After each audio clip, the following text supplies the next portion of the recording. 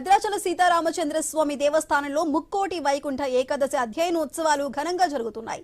వచ్చే నెల 9 వరకు 21 రోజుల పాటు జరగనున్న అధ్యయనోత్సవాలు అత్యంత వైభవోపేతంగా సాగుతున్నాయి. 10 రోజుల పాటు సాగే పగల్పత్తు ఉత్సవాలలో స్వామివారు రోజుకు అలంకారంలో భక్తులకు దర్శనమివ్వనున్నారు. 4వ రోజు నరసింహావతారంలో భద్రాద్రి రామయ్య భక్తులకు దర్శనమిస్తూ కనువిందు చేస్తున్నారు. ప్రధాన ఆలయంలోని మూలవరుల సన్నిధిలో ప్రత్యేక పూజలు నిర్వహించారు. స్వామివారిని దర్శనానికి అశేషంగా తరలివచ్చారు. క్యూ లైన్లలో బారులు తీరి స్వామివారిని దర్శించుకుని తీర్థ ప్రసాదాలు స్వీకరించారు. భగవంతుడి యొక్క షాడ్గుణ్య పరిపూర్ణమైన అవతారంగా మనకి నృసింహావతారం విఖ్యాతి చెందింది.